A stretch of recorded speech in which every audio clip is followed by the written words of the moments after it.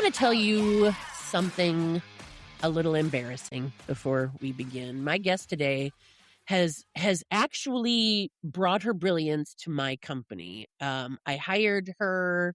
I've sat through a few of her workshops myself with my team, and I came out of them having to reckon with the fact that I've been doing something really wrong. Not ethically wrong or professionally wrong, but wrong in the way that you do a thing wrong for years because nobody ever told you it was wrong, because it was just the rule, because everyone around you was doing it the same way, and doing of it was considered a kind of virtue or a badge of honor, and the alternative was considered something embarrassing. And the thing I was doing wrong was not sleeping. I want to say that a little differently. I was not sleeping well. I was not sleeping enough. I had built an entire identity around not needing very much sleep. And I had surrendered myself with other people who had built the same identity. Like, how many people? I know that I coalesce with those folks. I tend to gravitate to those folks who also sleep like crap and talk about it. I had surrounded myself with these other people who had built the same identity, and we'd all quietly agreed that it was just fine, and that it was, in fact, admirable, that exhaustion was the price of ambition, and you pay it without complaining. And I think my mom modeled that for me. You know, my mom, I've talked about her before. I'll talk about her again. She was a physician. She was on call every other night, every other weekend, and she didn't sleep. We all knew it. Everybody was aware of it. And so my sister and I are both crappy sleepers. So Sarah Moe and I are friends as a result of this work we did together and a few other things that she may or may not share with you. But she was the person to sort of very directly tell me that poor sleep is not a personality trait. It's a problem. And Sarah is a registered, I hope to God I say this right, polysomnographic technologist. Did I say it right? Great. Which is the clinical way of saying she is a fully credentialed sleep medicine expert. She founded Sleep Health Specialists. She has spent 20 years doing one thing, which is walking into workplaces and corporations and telling the people inside them the truth about what they're doing to themselves. Her clients include some of the biggest organizations around in this region for sure, probably globally, because we got a lot of those, including mine, also one of the biggest organizations around. And I've seen firsthand what happens when she gets in front of a room of people who think they know what sleep is. And I have seen people leave those rooms changed, completely changed. And if not changed, then for sure motivated to try something different. She wrote her own recommendation on my website, or rather, I wrote a testimonial for her, which is on her site, and I want to read you part of it because I think it gets at why I wanted her on the show. I said, I employ whole people.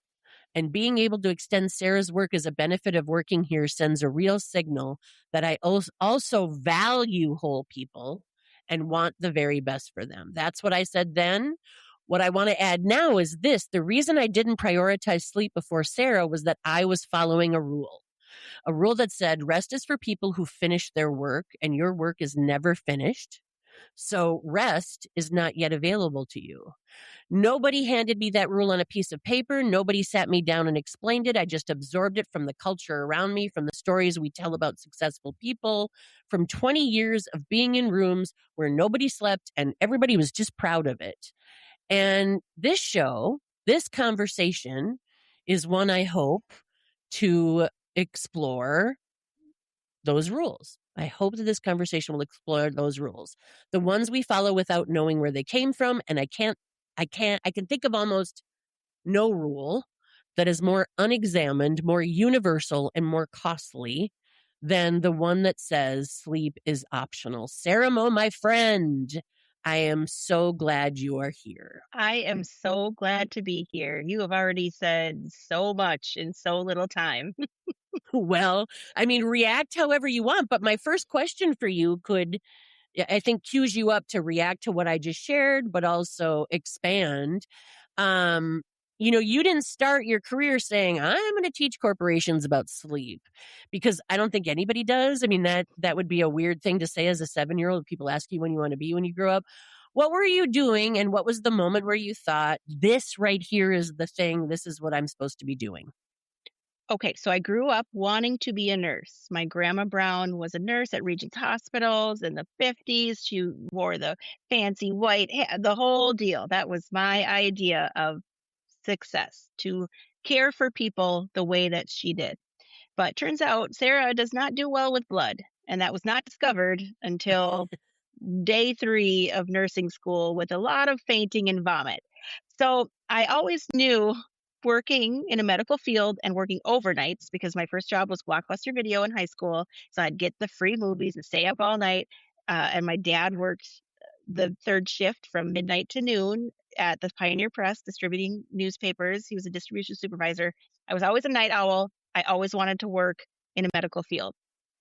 When all of my ideas of what I thought my life would look like turned out to disintegrate before my eyes, I ended up finding the sleep medicine program the first year it was offered in Minneapolis. And this was over 20 years ago, and it was actually revolutionary. There only ended up being 7 accredited sleep medicine programs in the country in the last few decades, and I got to be a part of the first cohort in the Midwest. So when I found the sleep program, I realized that not only was this fascinating and educational and fun and helpful, but within minutes of hearing about different stages of sleep, I realized that for better or for worse, your sleep could change your life. And this was something that I had always taken for granted as well. It was never, I was the same, like I had to sneak watching my movies in the middle of the night. I knew you go to school tired, but that's what you do anyway. You're tired. You're tired. If you're successful, if you're doing things right, you should be tired. And it took me years to adjust that mindset just through my education, or really even the science or the physiological aspect of sleep. But I started my career with a very different mindset that I have now. I did not think, yes, I'm going to go into corporations and help people sleep. But my aha moment was after working overnights very hypocritically for years to diagnose sleep disorders, telling people what I did for a living and having people say, "Oh, actually, can I share this with you?" And having people say, "I'm really struggling," for so long, I realized I had to do something.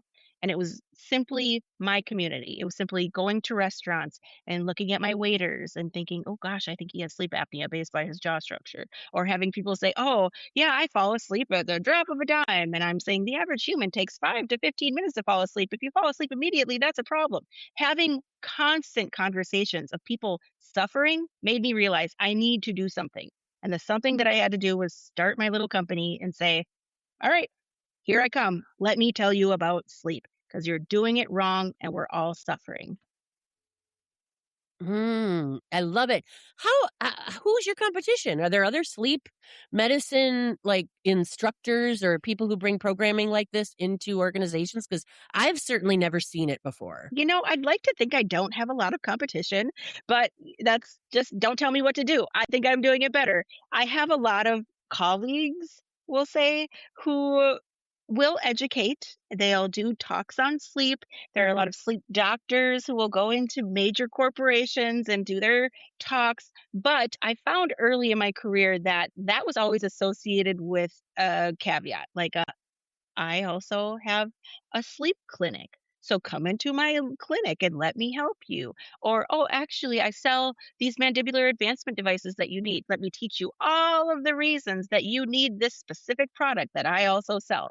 So I stayed away from that. I don't partner with anybody. I'm not an affiliate with anything. I stick to education only. And I found that that helps me stand out because if you come to me and say, hey, you have a problem and I have the solution, if you buy it from me, that makes me feel uncomfortable. So I do have competition in that there are people out there who are educating on sleep, but I don't think I have as much competition as they do because I don't want anything else but to help you rest. I love that. And it's interesting to me because you wouldn't imagine that you'd have enough material to talk about in the context of sleep. But I know people who have seen you talk on many occasions, and every single time they leave entertained, they leave inspired, and they leave sort of activated to shift some things around their health. Have you always been a public speaker? Did you always know that this was the kind of work you wanted to do? What makes you so good at it? Good God. So the first person that I had actually give me dollars to talk about sleep, it was like 350 bucks. I threw up right before I went in. And I sat in the bathroom and I was like, what did I do? I built a website. I was full of convictions that I was doing what am I doing? I don't want to be a public speaker. I thought this was going to be an extension of my classroom. I was an instructor in the sleep medicine Mhm. program at Minneapolis College for years. I loved teaching my students, but that was where I realized I need to teach people outside of the interest of sleep. I need to teach the people who need it, not the ones who already think sleep is cool. And so having that mindset shift of, okay, I was an educator and now I'm a public speaker, that was not for me. I was not one of those people who ever grew up thinking entrepreneurialism or, oh, I'll own my own business. Nope, I worked at Blockbuster. That like that it just Mhm. was a very hard time. But I will say my first few classes, and I went into my friends' businesses. I went into companies that I would do for free for a while. After a few times of sharing the very simple, basic elements of sleep education, of sleep knowledge with people, and watching people literally sit in conference rooms writing furiously or watching light bulbs go off or saying, "Oh, I do that." And I didn't know what that meant. Having people so quickly positively respond to the message of being fatigued doesn't mean you're living life right. Being fatigued isn't how we're supposed to live. Seeing people really resonate with that message and having them come up to me after and say, "Oh my gosh, like that is I just really needed that." Very quickly turned me into a public speaker because the Mm. more message I can get out, the more times I can say these things, the more lives I can change. It just gives you that confidence to not feel self-conscious about how you look. If I'm wearing my twins shirt and my glasses and my high ponytail, or if I'm sweaty, it doesn't matter because guess what? I have something that I know you need and I know you'll benefit from. It's just a game changer. It's been so fun. Well, you are really good at it, and I always the thing that I've always admired about you is the fact that your talks are so entertaining. Like, they are just rapid fire learning and entertaining, and, as a fellow speaker, there aren't a lot of very entertaining speakers. Well, Pretend that I I didn't say that, I but think that I mean ditto first of all. I learned from you. The other thing is we're funny. I lucky us. That's nice. I right? can find humor in Right? anything. It's a gift that keeps on giving. It's just it is what it is. You have to laugh at life, and if you can't, you're going to be a sullen, tight person, and that's not really what we're looking for right now. We need levity, we need rest, we need restoration, we need to feel Mhm. like we are going to make it, and all of these things are because human beings don't do well with extended periods of uncertainty is really what it comes down to. We need levity, we need laughter. Mhm. We can't get to that point where everything is uncertain for so long that we can't find solutions, that we can't answer our own problems. That increases our stress, our anxiety, and our worry. And all of those things decrease the quality of our sleep. We end up in these vicious cycles. On top of that, we're taught from a young age to ignore our sleep. We're taught that that can be sacrificed. We're taught that health means diet and exercise, but not that third pillar of our health, which is our sleep. So we're combating issues constantly when it comes to our relationship with sleep. And we're finally kind of coming out of this cloud about it, which is exciting for me, but Mhm. also exciting for everybody else at this time where post COVID, it's like, yep, actually, you do have to just worry about yourself physically every day. You do. Yeah, that's so counterintuitive. And I was thinking too, like every time you walk into a company, you're walking into a room full of people who've been rewarded for not sleeping, who've been rewarded for not resting. And it's all about hustle culture, like early mornings, late nights, and that pride of running on just a few hours of sleep. I think that's a cultural rule. It Like is. capitalism has given us that rule, and it's not a biological one. It's not what our bodies are telling us. What's the most common version of that rule that you encounter? And how do you start dismantling that system that tells us, well, you're really valuable if you're exhausted and running your booty off? I literally start with the quote, "I'll sleep when I'm dead." Everybody's heard it. A lot of people have said it. I'll sleep when I'm dead. Hmm. And I dismantle it by saying, you will get there very quickly with that attitude. Because the importance of this third of our lives has been undervalued from the start. When we think about sleep medicine, it is a baby. Everybody thinks, okay, think about how long we've had cardiology. Literally, people have been cracking chests open since the dawn of time, trying to figure out the pumping of the heart. Think of all of the literal sciences of medicine that we have been discovering. Hmm. Sleep is so young. It's only been a few decades Mm. since we've started even looking at this like it's something important. And we finally realized that, oh my goodness, did we get it wrong?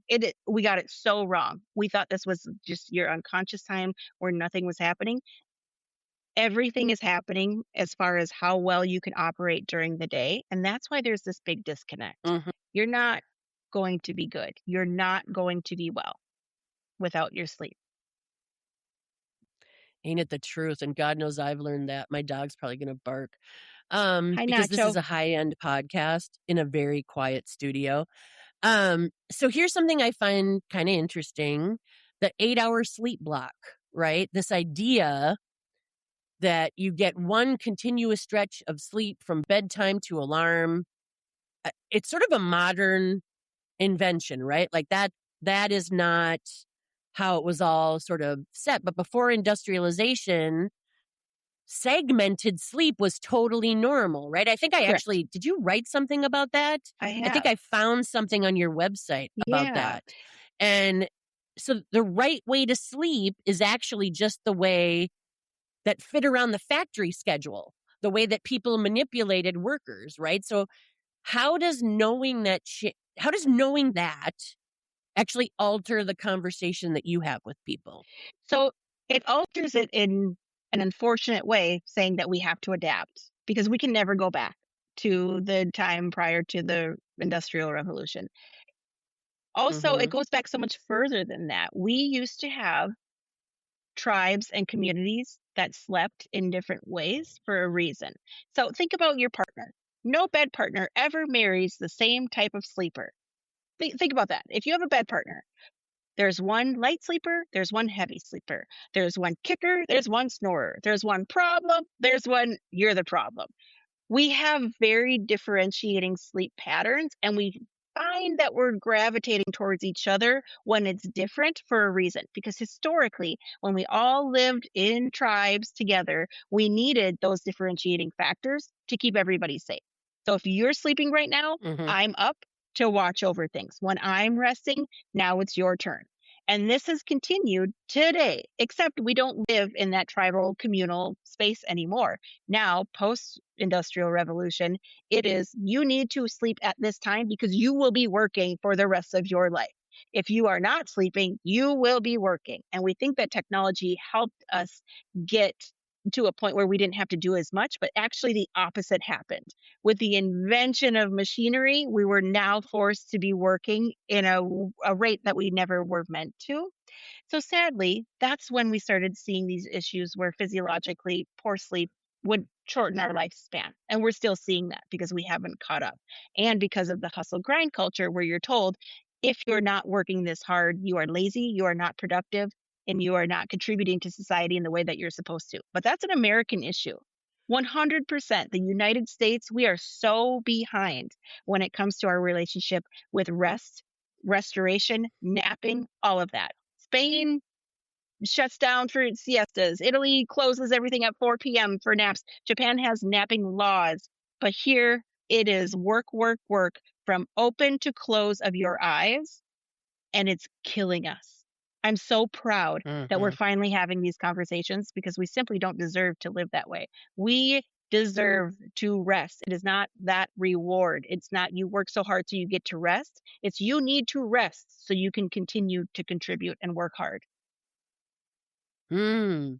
So, so many of these other countries were also industrialized.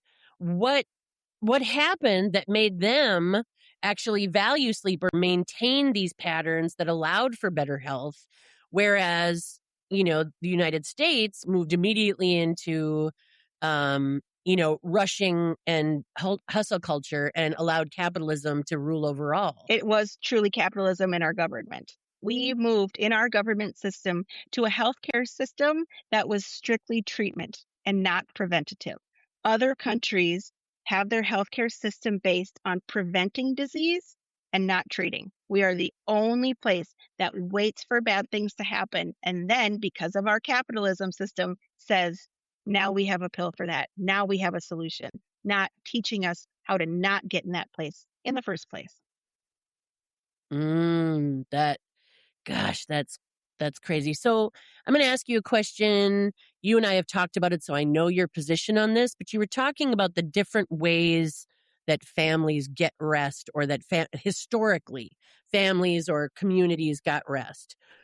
Tell me about that. Like, what is the history of sleep? What does it look like? Like, if we're talking about cave people, and obviously I realize we don't have 17 hours for you to talk ad nauseum about what sleep looked like, but I know that what we do now doesn't even resemble what we were sort of created to do. Right. So tell me where we're getting it wrong. Okay. So if we were to put ourselves in a cave right now for, let's say, 2 weeks without seeing sunlight, without having access to light, natural circadian rhythm shifts that come with environment, if you were to do that, our circadian rhythms would go back to a time before where it was not a 24-hour life cycle. It would eliminate multiple hours out of the day if you were just in this cave in darkness and completely change what we're doing.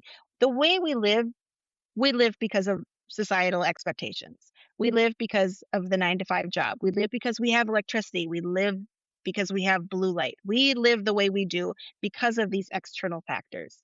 So if we think back to caveman times, this is one thing that's actually survived, and that is your afternoon slump. From 1 to 4 in the afternoon, that's when the sun is at its highest.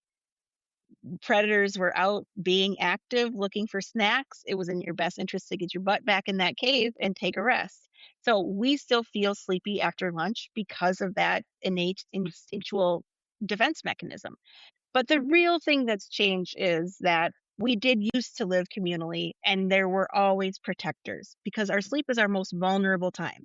That's when you are most likely to get attacked by a predator. That's why we wake up for no reason in the middle of the night constantly. You check your surroundings to ensure that you're remaining safe. But you also had other people there to do that as well. We don't have that now. You live with your partner, with your spouse, with your kids. If a mother has reproduced, she is responsible for checking on the breathing of the offspring throughout the night because of the enlarged amygdala that comes with reproducing. There are so many factors that have come in the last even few hundred years, even prior to electricity, that have changed how we used to sleep, that allowed us to say, yeah, we can sleep 4 hours, wake up in the middle of the night, do a little farming, go back to sleep, wake up, because we had such help. And now we're just individual entities within families and we're sleep deprived and suffering. And literally, we went so long with expanding our life cycles, with getting the age of death higher and higher. We started washing hands before surgery. We started getting penicillin. We started making all these wonderful discoveries that allowed us to live longer. We are seeing that sleep deprivation is going the other way. It's changing it. It will shorten your lifespan. We need it, and we just have never been taught that. Mm. So, you're just a wealth of information, and until I met you years ago, and I'm so grateful I did, I had no idea what a treasure trove the conversation around sleep was. Like, there's so much. Um, One of the things that you and I have talked about in the past is this idea that couples need to sleep together. And I have revealed to you that I do not share a bed with my partner. Now, we do often, but not all the time. And generally it's when we travel or, you know, but we are exactly what you described earlier in this conversation. I am a night owl. My partner goes to sleep early. I take forever to fall asleep, like toss and turn and toss and turn. And my partner basically says goodnight and starts to snore. It's that snoring though that has been a real issue in our relationship, to the point where you know, I'm one of those people I sleep light. I hear everything. So I have to have white noise. And any sound will wake me up. And then when it does, I'm up. And then I pray. I do the crying, praying thing. Please let me go to sleep, please. So a long time ago, we just sort of decided, because the other thing is, I'm cold at night. My partner is hot at night. My partner wants it cold in the room. I want it warm in the room. I want a weighted blanket. They want a fan on. The fan makes my nose crazy. So we decided a long time ago. It's interesting to me, and it's not so much anymore because it's been a long time, but when people come into our home, and, generally people we're close to, and they figure out that we don't share the same bed every night, inevitably they have an opinion. And generally, it's not a positive one.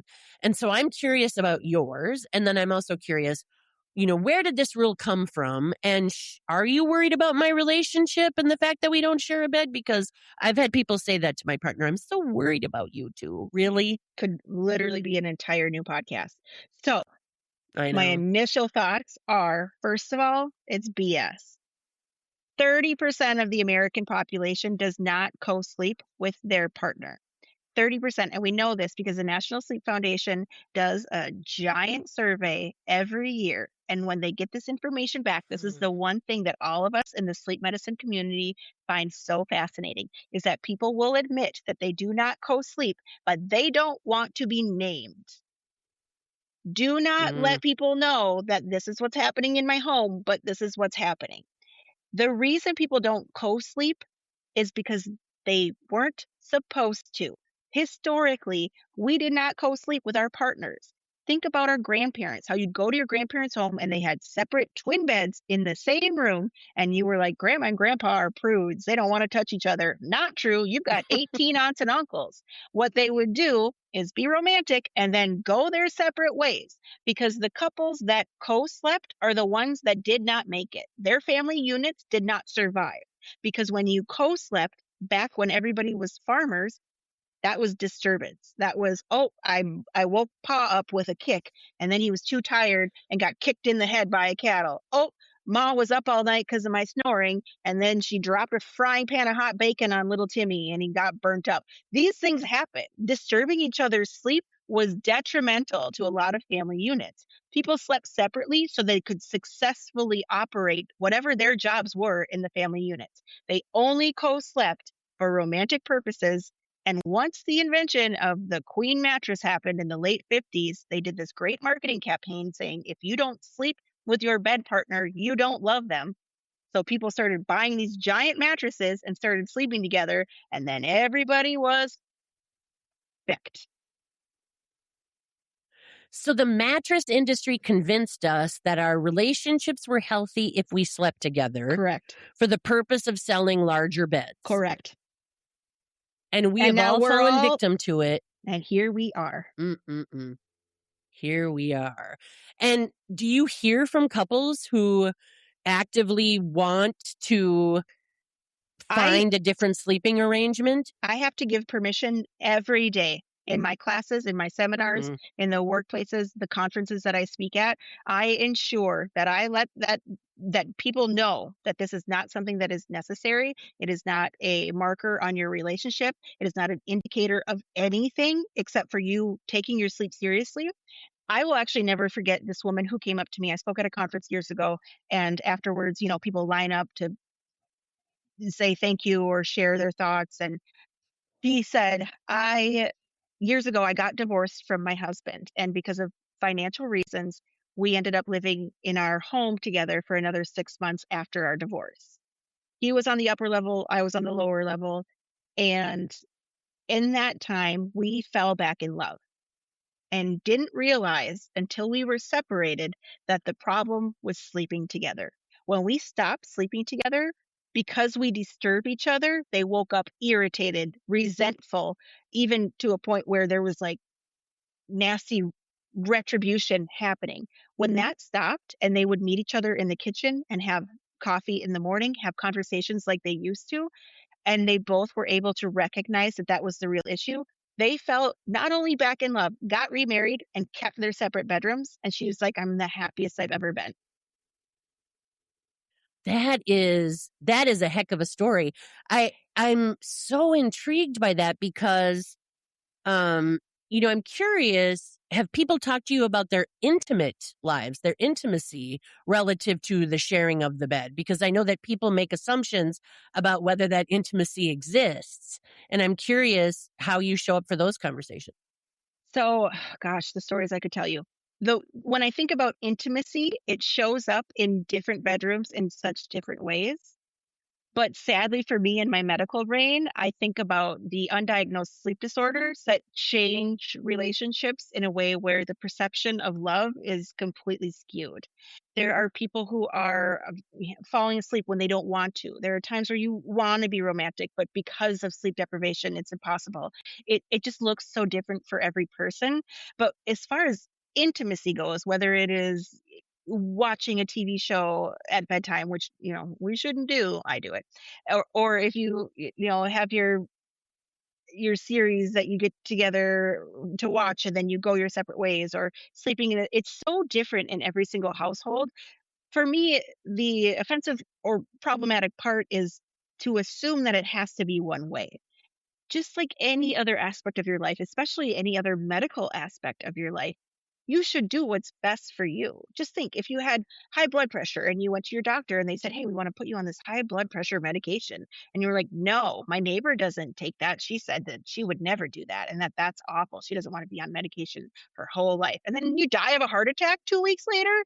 Yep, you probably should have done what was best for you.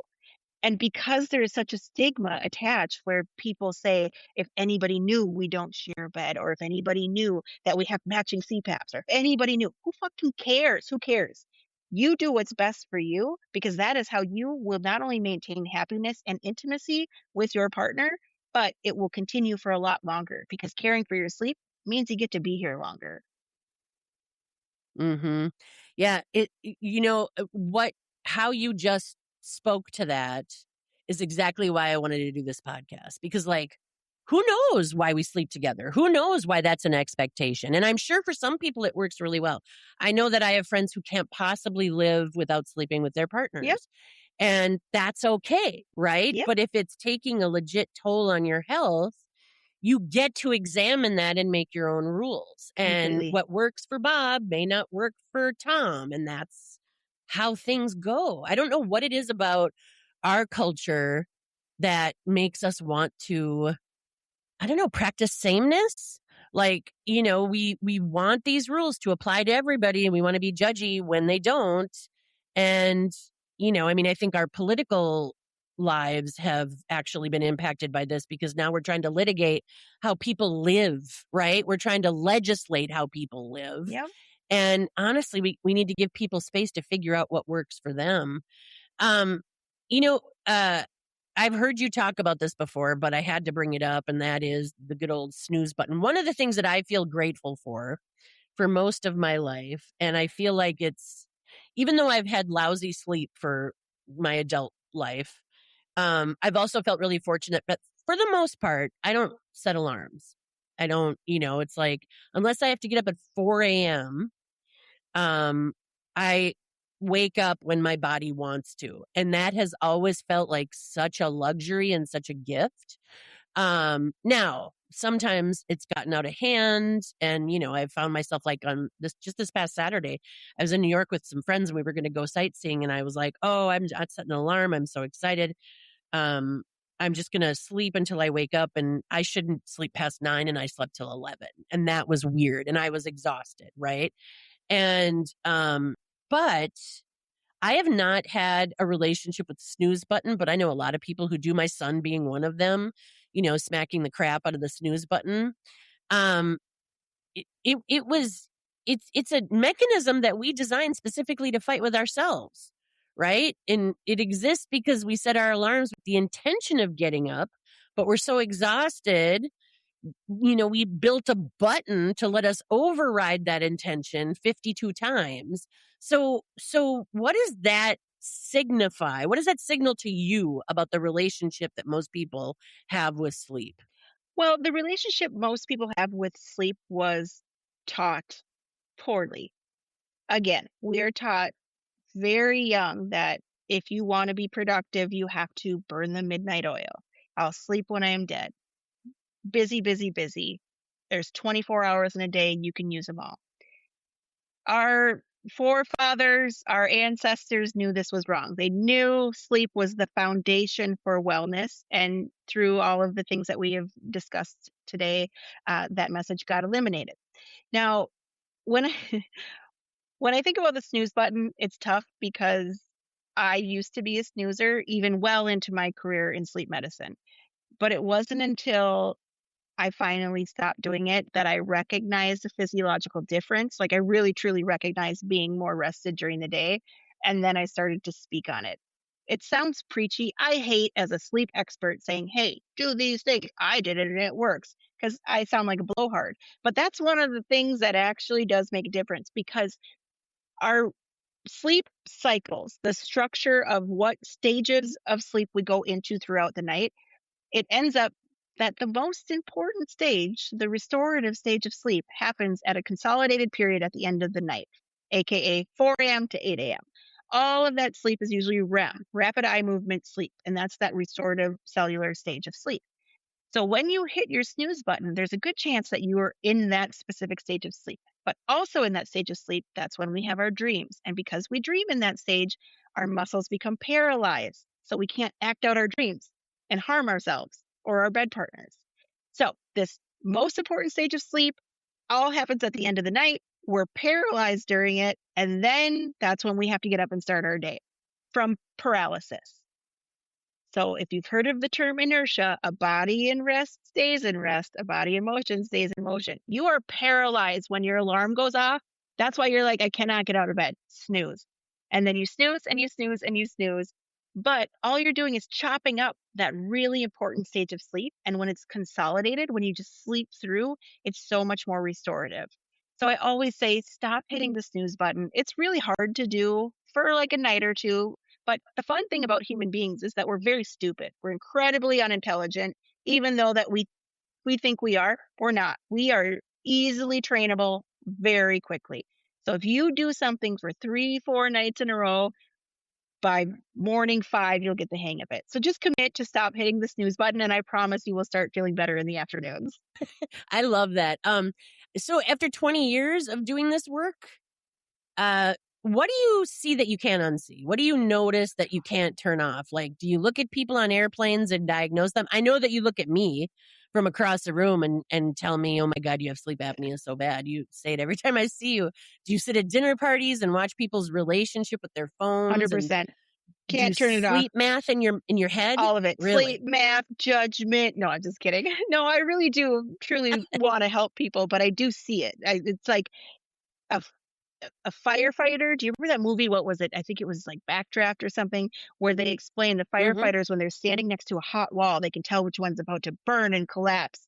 That's how I feel with people with sleep disorders. I get near you and I'm like, no offense, you need a sleep study. It goes well most times. I've learned a little tact in the last 20 years.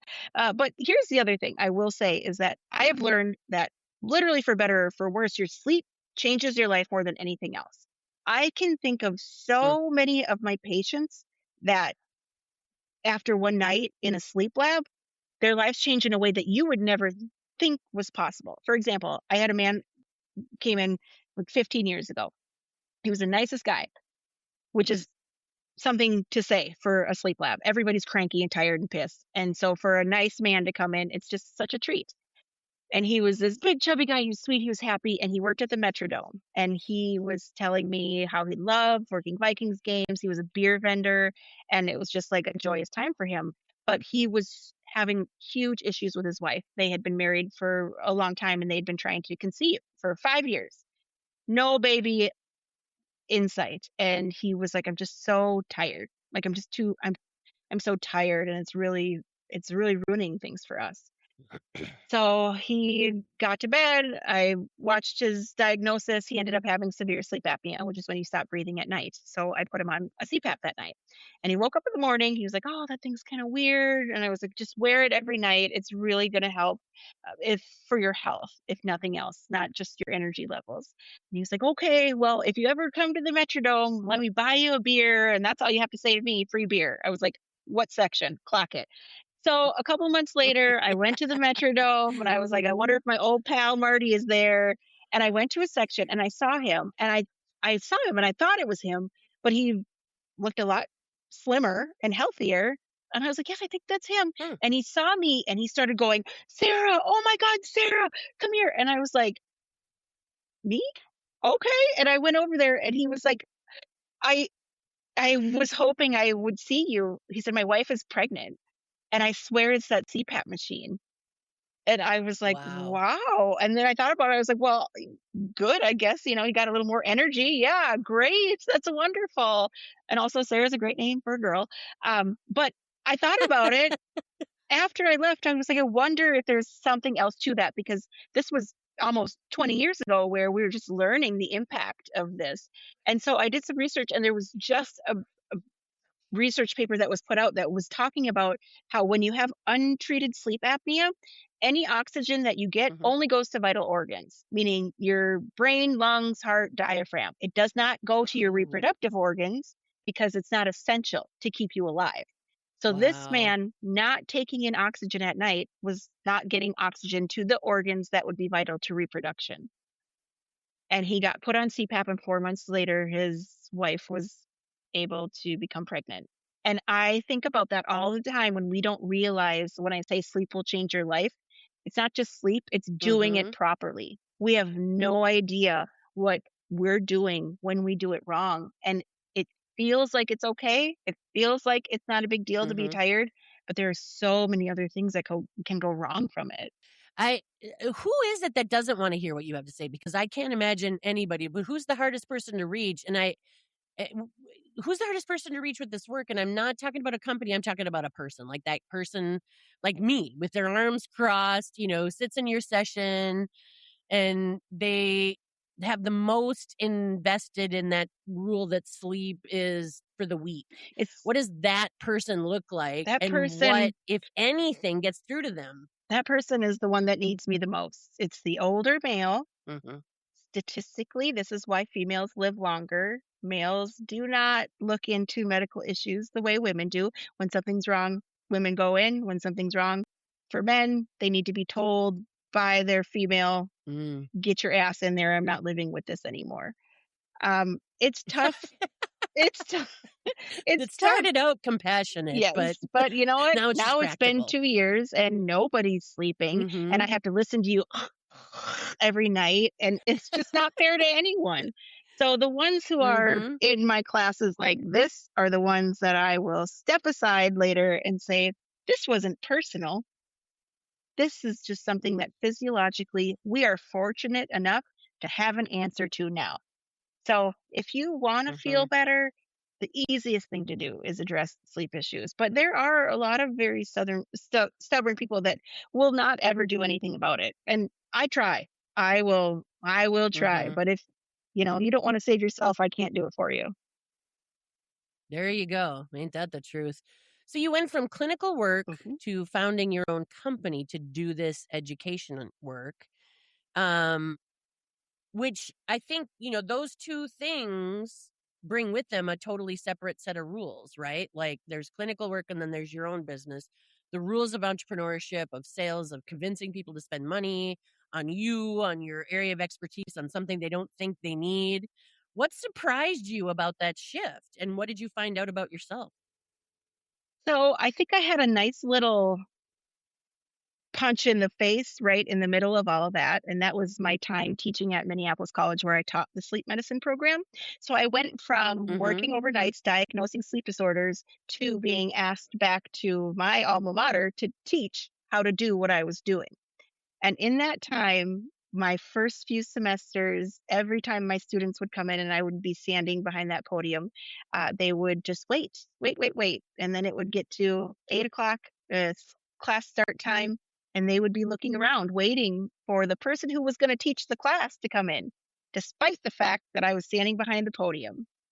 So after being asked multiple times when the professor was coming, I realized I might not be showing up right. I mean, obviously, I look very young for my age too. I'm kidding. I was like, I'm almost 40. Listen to me. But yeah, I got asked multiple times. I don't think I looked the way they thought a professor should look. So then I started dressing in my pencil skirts and my high heels, and I got all the fancy dresses, and I thought that would command the respect that was due to me. But yeah, it really didn't change, and it made me realize that what I said, what I stood for, what I could teach people, despite what I looked like, it had to happen fast. Had to happen serious. And they had to believe me within seconds that I was the one that they were going to be learning from. And so I carried that with me. When I finally decided to start my business, it was you have to very quickly make them understand that you are the one that knows sleep medicine. And that's hard. Mhm. That's hard for a middle child from Oakdale, Minnesota. But at the same time, I knew I was right. I knew what I was talking about. I knew I had the experience and I knew I was going to be helping people. So I think Mhm. that confidence just had to grow very quickly. And I'm fortunate enough that it was at the right time where people were having those conversations about wellness that if I had come on the scene 10 years earlier, I probably would have been much more ignored. What about, like, your parents, your family, your extended family, your friends? Like, was everybody supportive when you said you wanted to do sleep education? Or, like, did anybody push back thinking, "Okay, you'd have a single conversation and then you're done?" Like, was there anybody who like, tell me about the support you received and where you were surprised not to get it? So I've always had support. My dad has been our biggest cheerleader. I'm biracial. My dad's black, my mom's white, and I have two sisters. So it was the five of us, and my dad always told us growing up that when people were mean to us for being different, when people othered us, it was because they were jealous. And my sisters and I were like, that makes perfect sense. Never questioned it Mhm. once. They're just jealous. Great. So being told for the first 18 years of my life that basically you will do greater things than anybody, my sisters and I joke that we were raised with such undeserved confidence. We really were. We're just pretty convinced Mm. that yeah, we've got this. So my parents were always my greatest cheerleaders. Uh, and I don't know that I can say that there were people that didn't support me, but I will say there were always people who gave me microaggressions along the way, whether it was Mm. in the sleep medicine community, mostly the sleep medicine community, because like a lot of medical communities, it's a very male, white, dominant field.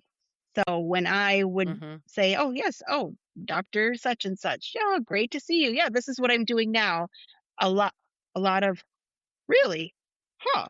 Oh, and you get clients, and just little things like that. That at the beginning made me doubt whether or not I would be successful until one of those doctors said, "Oh, actually, I'm doing something kind of similar. Oh, you should come to my talk. I'm working with Best Buy next week." And I said, I think I will." And I sat through Hmm. his talk and literally watched everybody yawn.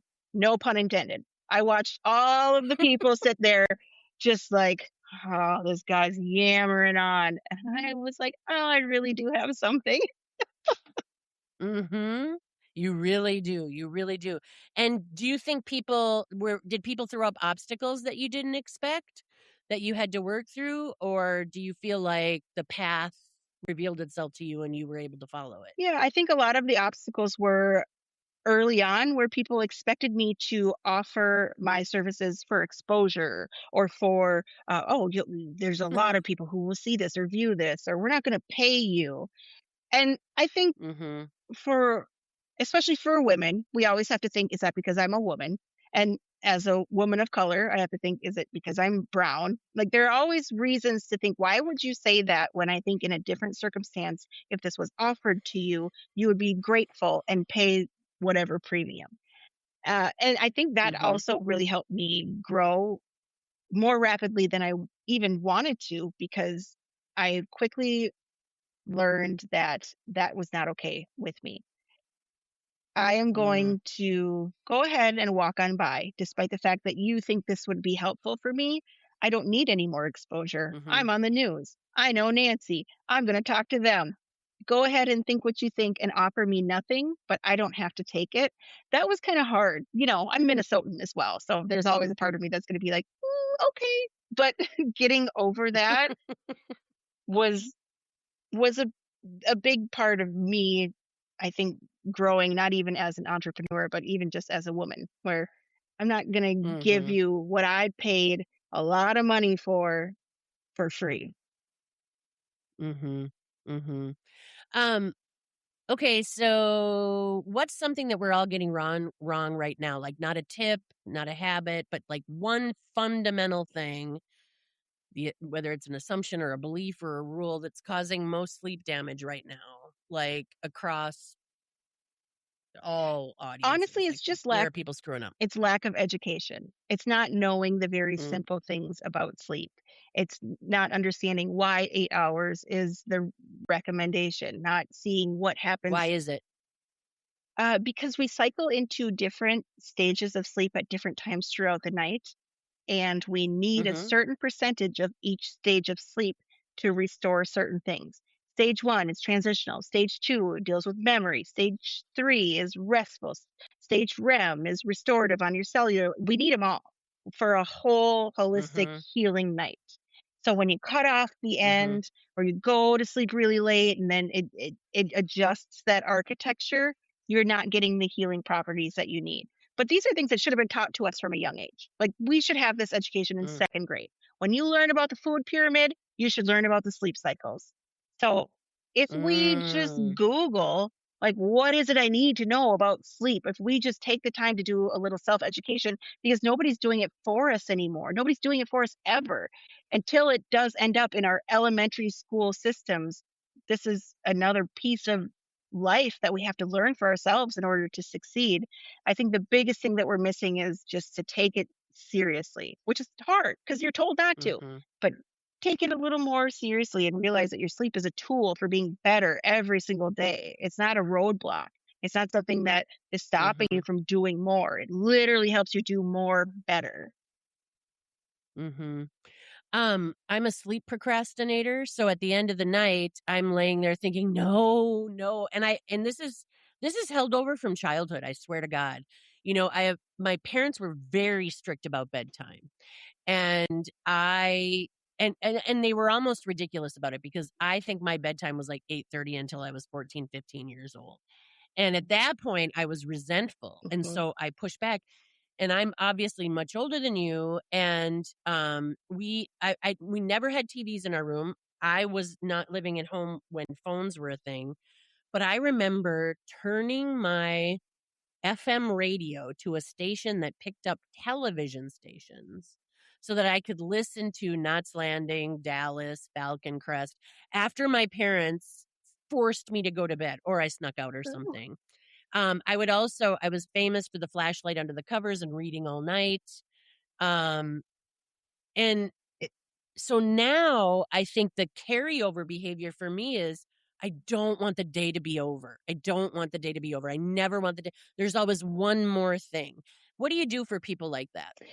I usually explain why you feel that way, and that is because Mhm. happy hormones. We have a few of them.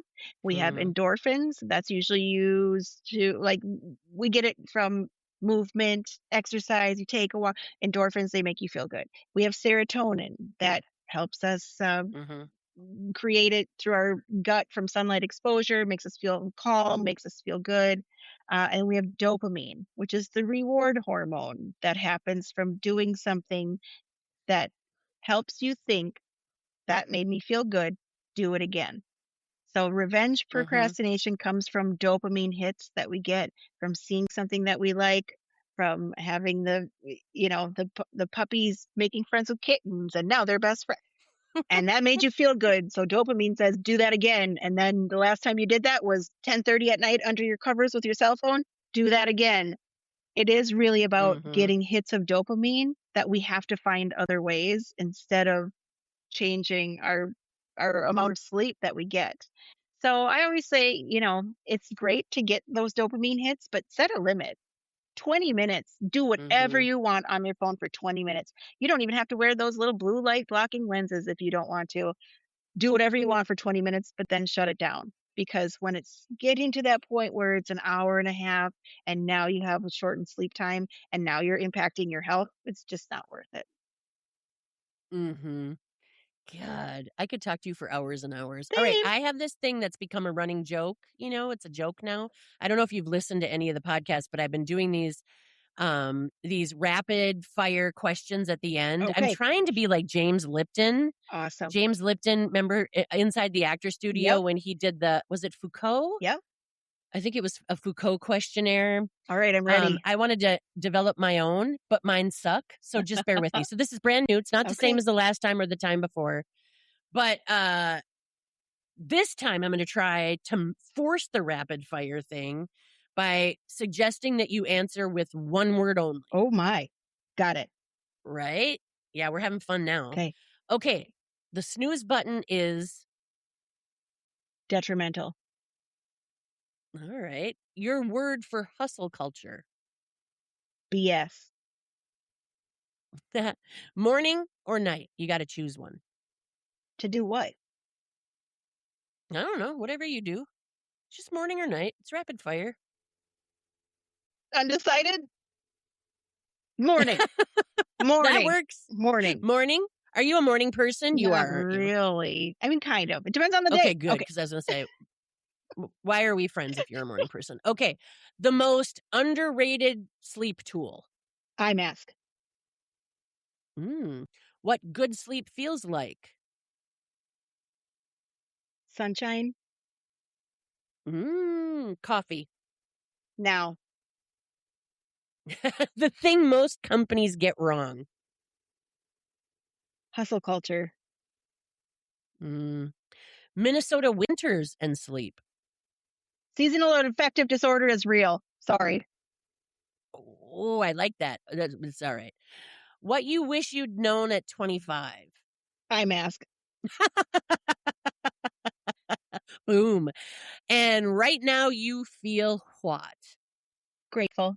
I love it. That was great. That was probably the fastest I've gone through these rapid fires. Sarah, I'm going to end it here, but it's not because I don't love you. I love you desperately. And Ditto. this might be the first podcast I've ended in less than an hour in like the last, I don't know how many. We're efficient. So I think what you do is more subversive than people realize when they first hear sleep expert. On the surface, you're teaching people to go to bed earlier and put down their phones.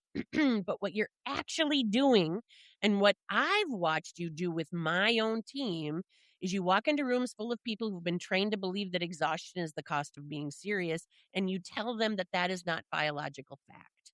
That is a story. Someone told you that story, and you believed it, and you've been paying for it ever since. So, that's this show, right? That is exactly what I'm trying to do on this show. The rules we follow without knowing where they came from don't always look like rules. Sometimes they look like ambition. Sometimes they look like hustle. Sometimes they look like setting your alarm for 5 a.m. because that's what high performers do. I've seen it on the tiki-taki, right?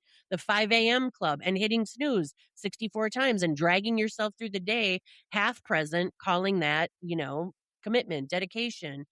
You are out here telling people to sleep, and that is, in the current climate, a radical act, and I admire you for it. So thank you for the work that you do, my friend. Thank you for what you did with my team, and thank you for being here today. So if you want to find Sarah, she's at sleephs.com.